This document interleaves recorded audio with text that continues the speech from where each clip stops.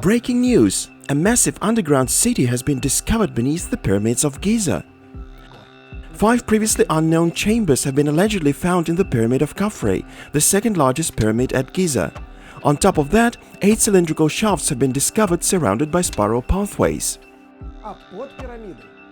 The shafts allegedly go 640 meters down, merging into 2 large cubic structures, with the entire complex stretching for miles beneath the Giza plateau. There are no scientific publications to back the groundbreaking discovery as yet, but people are always hungry for miracles. The alternative scientific community is euphoric. To them, any cautious objections from experts sound like pitiful attempts to deny the obvious. Judging by the comments, supporters of alternative history are ready to celebrate victory. Here it is, the inconvenient truth that has surfaced, just as Zakaria Denikin once prophesied. The history of ancient Egypt must be rewritten. A confirmed discovery that debunks everything we were taught in school. It's been proven what alternative historians never doubted in the first place. The press conference in Bologna, Italy, where these groundbreaking findings have been presented, is already being regarded as historic, and they are already preemptively countering potential objections. It's unlikely these findings will ever find their way into official Egyptology textbooks.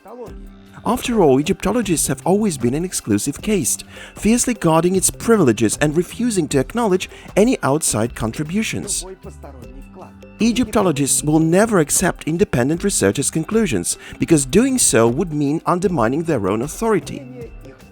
Amidst all this hype, the new publication by the Scan Pyramids project about their study of a recently discovered void in the Great Pyramid, the so-called Northern Corridor, went completely unnoticed. A corridor, really? The alleged discoveries sound so fantastical that they've even left some figures in the alternative camp bewildered. And pardon my French, but quote, what the fuck is this? We're not talking about a hidden chamber, a tunnel, or even a treasure-filled sarcophagus. This is an artificial structure beneath the entire Giza plateau, stretching 2 kilometers deep. Honestly, if some independent astronomers claimed to have found Russell's teapot floating in space, it wouldn't pose a bigger challenge to mainstream science than this. I've already touched on the evidence, or rather lack thereof.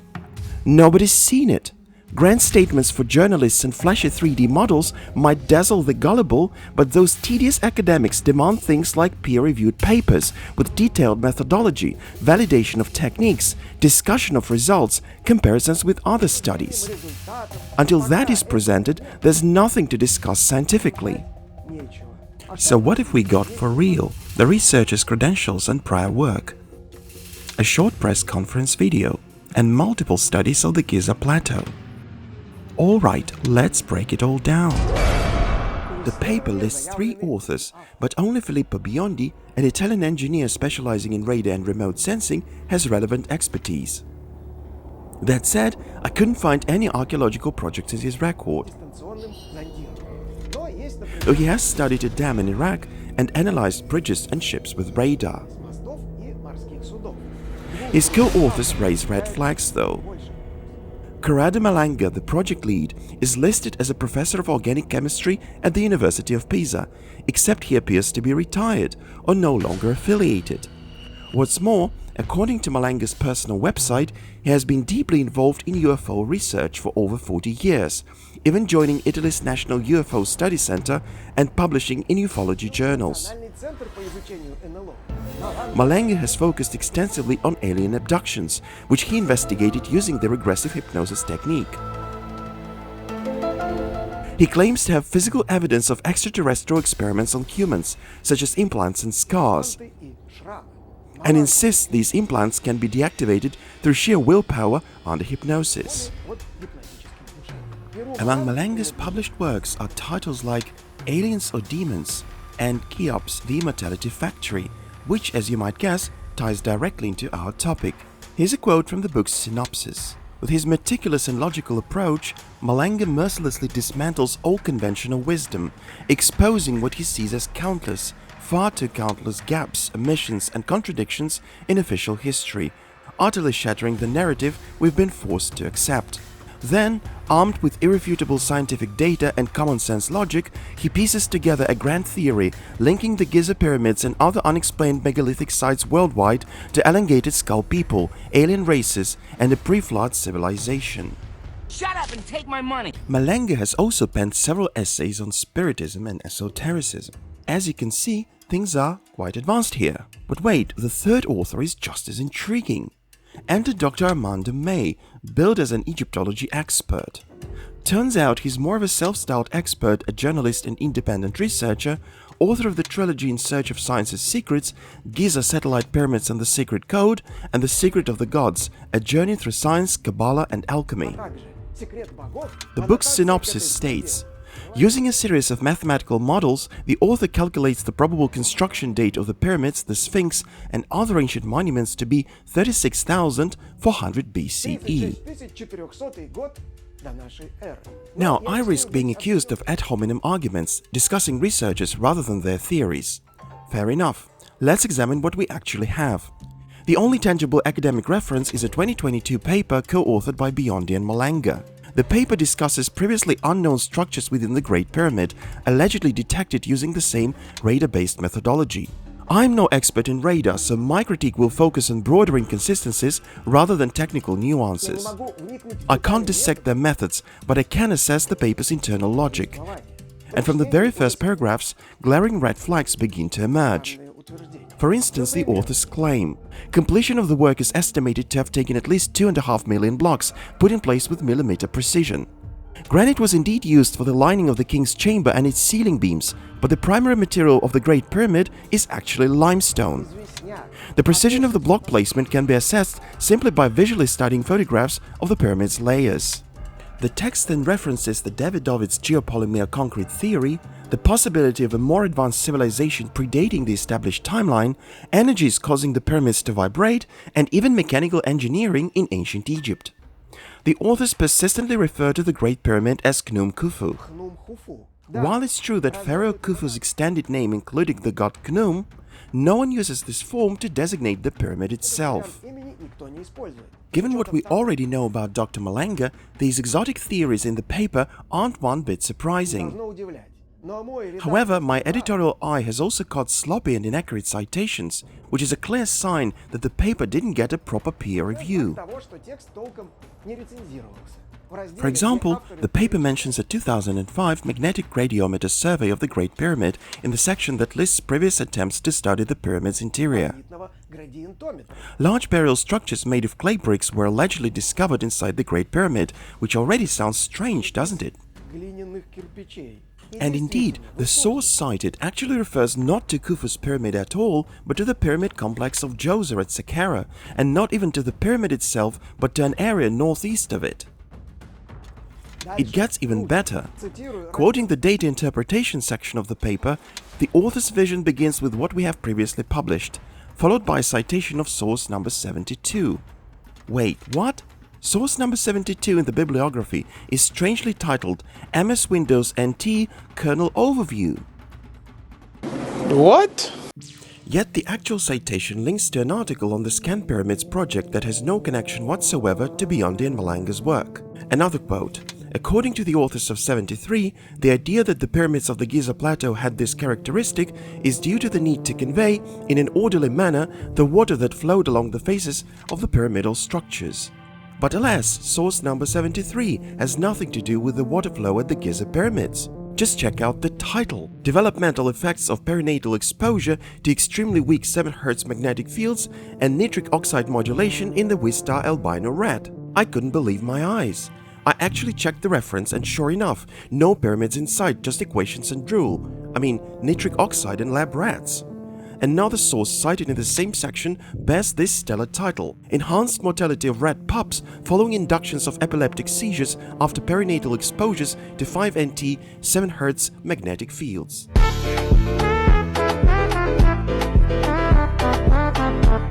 Even considering Malanga's penchant for unorthodox science, I struggle to connect epileptic rat pups with voids inside Khufu's pyramid. What's this supposed to mean? Is this AI generated? Or is this some kind of trolling? Editors at Remote Sensing, do you guys actually read what you publish? Frankly, any competent reviewer would have rejected this mess, and indeed, some reviewers did reject it, but more on that later. Setting aside the paper's glaring flaws, I tried to make sense of the proposed methodology. It sounds revolutionary.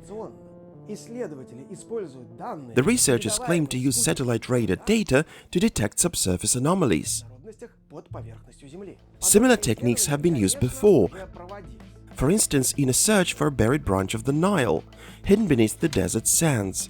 But in that case, penetration was limited to 50 centimeters because radio waves attenuate rapidly in dense media.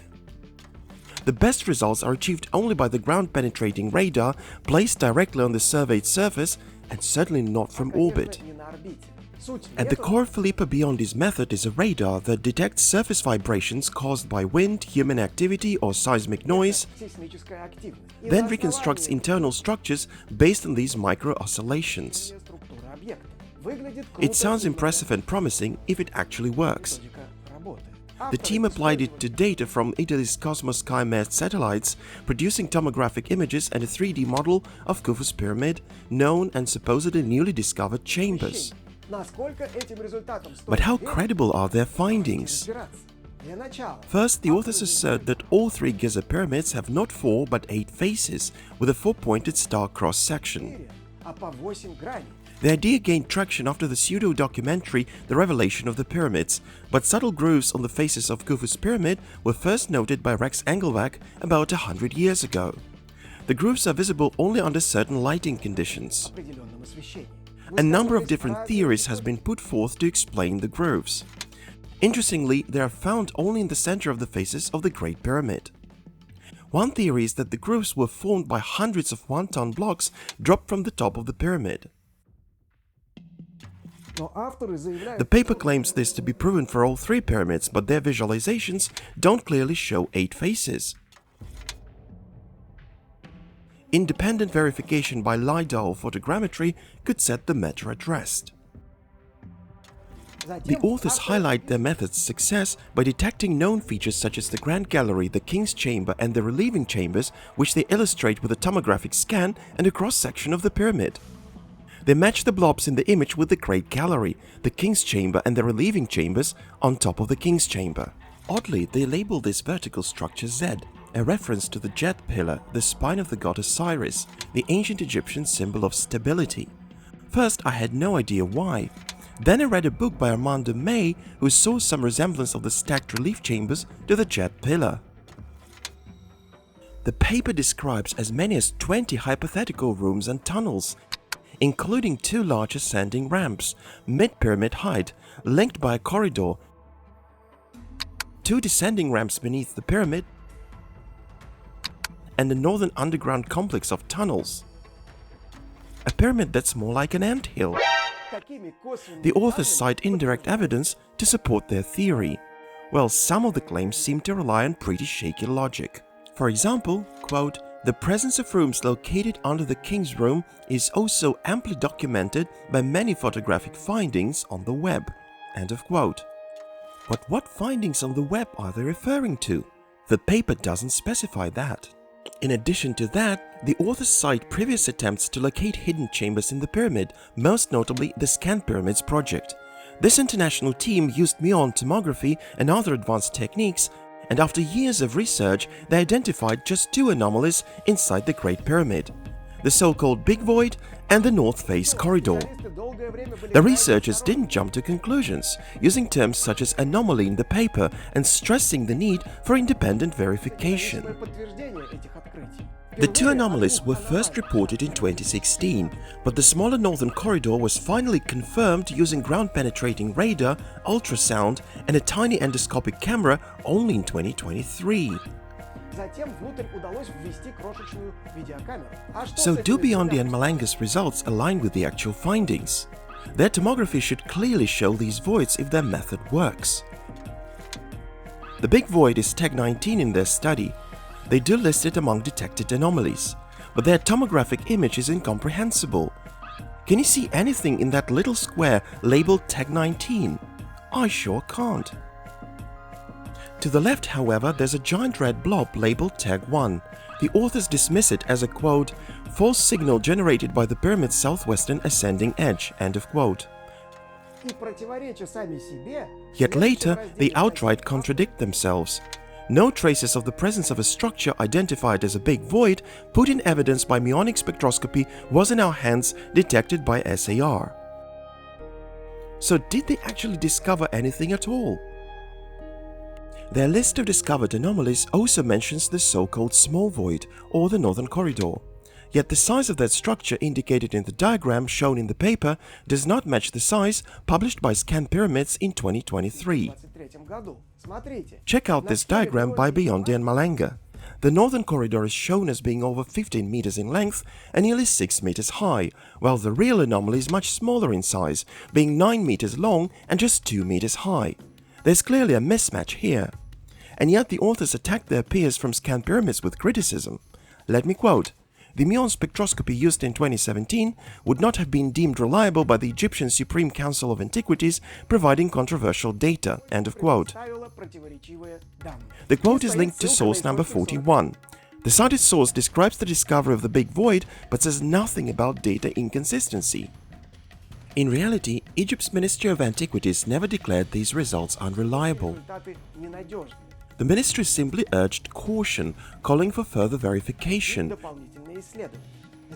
a standard response after a scandal involving false claims of hidden chambers in the tomb of Tutankhamun. Now, with video footage of the northern corridor circulated, no one doubts the Scan Pyramids' findings. Malanga took a swipe at the method, dismissing it as bulky and too expensive at a press conference on March 15, 2025. For new ones costs €1,800,000 to take a photograph. It takes 8 months. 1.8 million euros and 8 months just to produce a single grainy photo using bulky, hyper-expensive equipment installed inside the pyramid. End of quote. And so all that effort just to uncover a tenth of what our new super method can reveal. Quote, "We do this right from our homes, needing no special chambers, observing everything from above via satellite, making stone more transparent than glass." End of quote. But let's return to the 2022 paper. Its result interpretation section is the most fascinating, the one referencing rat epilepsy and other rodent-related stuff. Yet, don't let this mess overshadow the real gem here. According to the paper, the Great Pyramid was once surrounded by a water-filled basin, a huge pond capable of lifting water 90 meters high, pouring it into the southern shaft using stones resembling the diorite sabu disc. Remember how the pyramid's material morphed from limestone to granite in their fantasy? Likewise, the actual sabu disc on display at Cairo Museum, crafted from fragile clay meta-siltstone, suddenly becomes diorite and transforms into a propeller-like object, despite its geometry suggesting nothing of the sort. Water would allegedly fill the king's and queen's chambers, forming a quink tube, causing the entire structure to vibrate. The king's chamber acted like a Helmholtz resonator or an air-filled bottle. 2 individuals, one in each chamber, would be treated with low-frequency waves for healing and religious purposes. At this point, the authors write, it might not be at all wrong to assume that many of the structures inside the pyramid could have been purposely flooded several times a year and thus left with the liquid flowing inside. The evident traces of erosion due to water inside the pyramid rooms are in support of our interpretative hypothesis. End of quote. I'm hearing about erosion inside the pyramid chambers for the first time, and so are my colleagues. To be fair, the authors acknowledge that their discoveries can only be confirmed through on-site investigations, excavations, and drilling. At least that's what they say in the paper. As we'll see, they dropped this false modesty at the press conference. There's something else, the peer review, as I mentioned earlier. The reviewers' comments are available on the journal's website. There doesn't appear to be a single Egyptologist among them, but technical experts only. One review in particular caught my attention. It's written by Lawrence Conyers, a radar specialist from the University of Denver. Conyers notes 2 things. first that although he did not completely check the references list, he found errors in it. And then, after raising several technical questions that I'm no expert to validate, Cornius writes, quote, "Regarding the internal to pyramid analysis, none of the tomograms have meaningful axes, providing an indication of size, for example in meters. The tomograms are overlaid with a pyramid sketch, leading to the impression that the authors have stretched and translated the tomograms in the sketch until by eye they give the impression of a possible match in features. Even after the authors have declared a match with known features, it is often difficult to agree with their conclusions as to what is being represented, and whether there's a close match with the known features. As a minimum, I would insist that the tomograms have meaningful axes and labels, say in meters, and that when an overlay is presented, the overlay should be as much as possible automatic to not be reliant on subjective, ad hoc alignment and scaling from the authors, which could lead to erroneous and non-supported conclusions." End of quote. The authors did submit a response to the reviewer, but I couldn't read it. The file appears to be missing. I then went back to examining the images of tomograms overlaid with pyramid cross-sections featured in the paper. Well, it seems nothing has changed. The tomograms still lack any scale. The vertical axis is simply labeled height and the horizontal one azimuth. The axes are divided into 10 segments, but where are the units of measurement? Even for a layman like me, there's no explanation of what the red or bluer areas on the tomogram represent. Okay, I said, and decided to manually overlay the pyramid diagrams onto the tomographic images of its various parts in Photoshop. It seems the reviewer's concerns weren't unfounded. Biondi and Malanga creatively stretched and squeezed the images to make them align. For example, if we overlay the tomogram from the right side of the general diagram onto the pyramid sketch on the left, they won't match perfectly. If we take one of Khufu's pyramid diagrams from Wikipedia and try to maintain the scale, say aligning the king's chamber and the edges of the grand gallery with the proposed layout, the discrepancies are still noticeable. Even when comparing different diagrams from the same paper, we see little consistency in them. Look at figure 27, where the authors try to show how the voids detected by tomography align with a known structure, namely the so-called grotto, the unfinished subterranean chamber beneath the pyramid. But if we compare this with the general diagram in figure 24, the subterranean chamber has somehow shifted down and to the right relative to the pyramid's axis. Overlaying other diagrams from the paper yields similar results. Is this genius-level sloppiness, or are they trying to fit a square peg into a round hole? And by the way, why did the authors use this particular pyramid diagram? How accurate is it, and where does it come from? The paper keeps silent about it. Well, I actually managed to track it down. It's this image from Wikipedia, but in poor quality and without labels, and someone has clumsily erased the numbers, leaving traces in a couple of spots. Holy Darwin! This is just embarrassing. Now, moving on to the historic press conference of March 16, 2025. The audience was treated to an incredible discovery. Artificial structures had been allegedly found at a depth of 2 kilometers beneath the Pyramid of Khafre, using the same method as in the Great Pyramid. This claim was accompanied by the following images. Let me read the description to the slide. Panoramic south-north view of the Giza plateau with a tomographic line cutting through the Khafre structure at approximately half of its height. The darker central line corresponds to the edges of the Khafre pyramid, northeast and southwest, which have low vibrational content and therefore appear darker. The various bright spots beneath the pyramids represent artificial structures located approximately 2 kilometers below the pyramid plateau. I watched the available portion of the press conference on YouTube. The presenters were speaking in Italian with automated English translation, making it occasionally challenging for me to fully grasp what they were saying.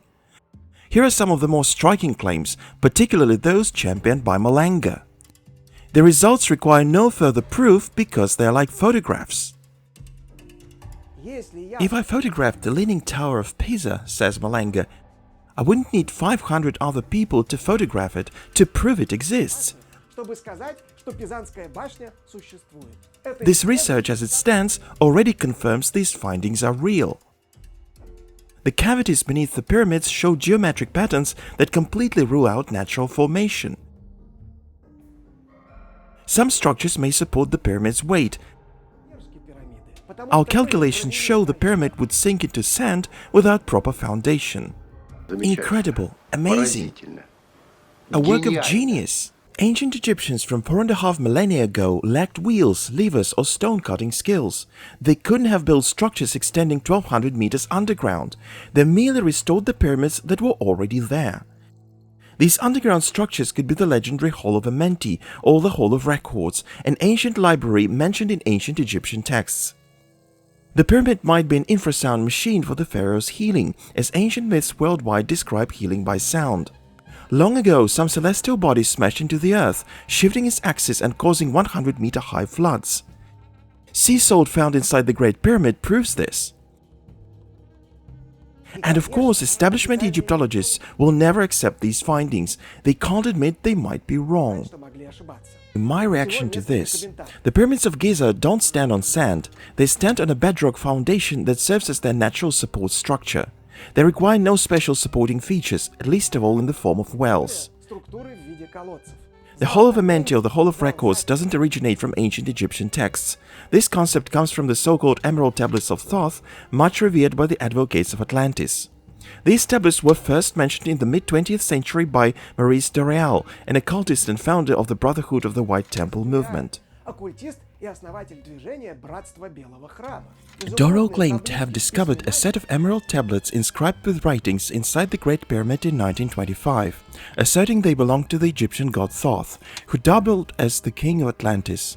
Naturally, no one except Doreal ever saw these tablets, though he published their so-called translation in his book The Emerald Tablets of Thoth the Atlantean. Incidentally, Doreal was one of the originators of reptilian conspiracy theories, promoting ideas about an underground race of serpent-like beings. His writings also featured flying saucers, the Antichrist, and nuclear war. The Emerald Tablets reference the so-called Halls of Amenti, allegedly located deep underground, far below the sunken island of Atlantis. Needless to say, this has no connection to authentic ancient Egyptian teachings whatsoever. Khafre's pyramid has actually long intrigued researchers because, compared to the Great Pyramid of Khufu, it contains remarkably few internal voids. The only known ones are a single burial chamber, the so-called Belzoni chamber, at the base, and a few short passageways. Egyptologists believe that Khufu's pyramid underwent multiple design changes during construction, resulting in several burial chambers. Khafre's architects likely opted for a simple internal structure. However, another possibility exists. Khafre's architects may have hidden interior chambers so smartly that we are yet to find them. In the mid-1960s, researchers decided to test the then revolutionary technique of muon radiography on the Great Pyramid. Muons are elementary particles created in the upper atmosphere by cosmic rays. They travel nearly at the speed of light and penetrate stone like X-rays. But what's the catch? Muons are rare particles. Imaging a large structure requires months of exposure. Think of a camera that takes one photo every 6 months. But scientists are a patient folk. In 1967, muon detectors were placed in Khafre's subterranean chamber.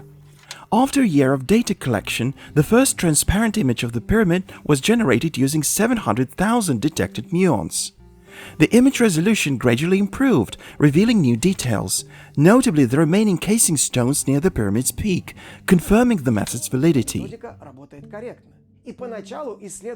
Initially, the team believed they had detected two low-density areas some 30 meters above the subterranean chamber. They were filled with excitement. Could these be the undiscovered equivalents of the King's Chamber and the Grand Gallery in the Great Pyramid? However, further analysis revealed those were merely artifacts caused by the bulky detection equipment's interference. When appropriate corrections were applied to the data processing algorithms, the anomalies disappeared completely. It's particularly noteworthy that while the researchers clearly hoped for a groundbreaking discovery, they maintained scientific integrity by not allowing themselves to be misled by false positives. The final conclusion was definitive. No previously unknown voids were found within Khafre's pyramid during the investigation. As the research team stated, quote, if the second pyramid architects had placed a grand gallery, king's chamber and queen's chamber in the same location as they did in Cheops's pyramid, the signals from each of these three cavities would have been enormous. We therefore conclude that no chambers of the size seen in the four large pyramids of the 4th dynasty are in our field of view above the Bolzoni chamber. End of quote. However, it's important to note that the 1960s scan didn't cover the entire pyramid, but only a 70-degree vertical cone, leaving significant portions unscanned. Yet in the current 3D model presented at the press conference, one of the newly claimed structures in Khafre's pyramid, labeled as Structure 10 on the diagram, appears directly above the Bolzoni chamber, precisely where the muon detectors were once placed. This structure is presented as a Z/Z-shaped stack of 5 relieving chambers. This raises obvious questions. If such a significant structure exists exactly where the muon detectors were positioned in 1968, how could it have been completely missed? No satisfactory explanation has been provided, nor has any peer-reviewed publication substantiated these claims yet. What we're seeing so far are presentation slides showing vague blobs transforming into polished 3D models, extraordinary claims eagerly amplified by media, and continuously escalating announcements. Before journalists could even process the initial claims, they were hit with another bombshell, the alleged discovery of a sarcophagus at a depth of 180 meters beneath the so-called Tomb of Osiris, surrounded by flowing water, allegedly found using the same controversial method. However, what scientists are truly waiting for isn't more sensational claims, but rather a properly written research paper with verifiable methodology and data. The current approach, where a flashy press conference and social media blitz precede any scientific publication, raises serious questions about Biondi and Malanga's true agenda. Is this all about finding the truth or chasing the spotlight?